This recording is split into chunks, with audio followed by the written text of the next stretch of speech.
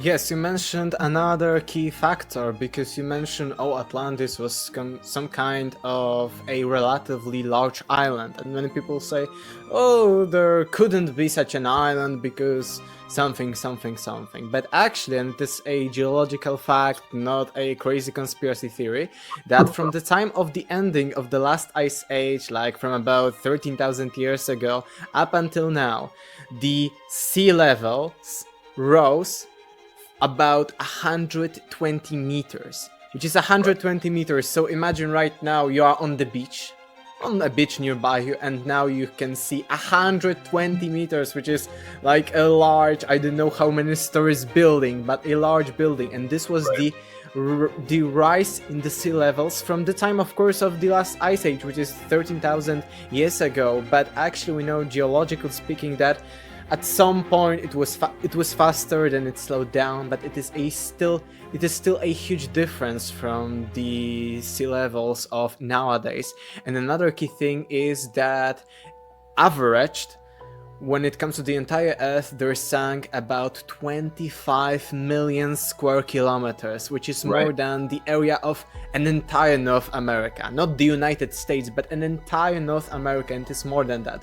I think that North America is between 19 and 21 million square kilometers, and here we are talking about 25 million square kilometers. We can also compare it to like almost all the Asia, like from India to China, which is a huge mass of land. So if all that land sank from that time, I think that there is a space for, as you mentioned, an island either of a size of modern Spain without Portugal, or maybe a little bit smaller island, who knows. But I think that for sure there is a space for the existence of such an island, which is a key detail.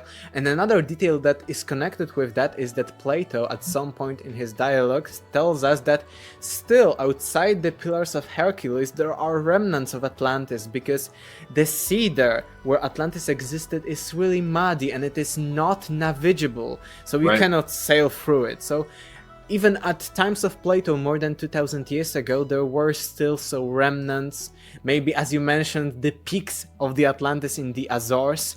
So if the sea level rose 120 meters, we can see, even if the civilization or the city, the main capital of Atlantis, was a, let's say, advanced city like about ancient Rome and ancient Greece at least, it could have sunk, and now we can have no traces of it. So it is another key detail.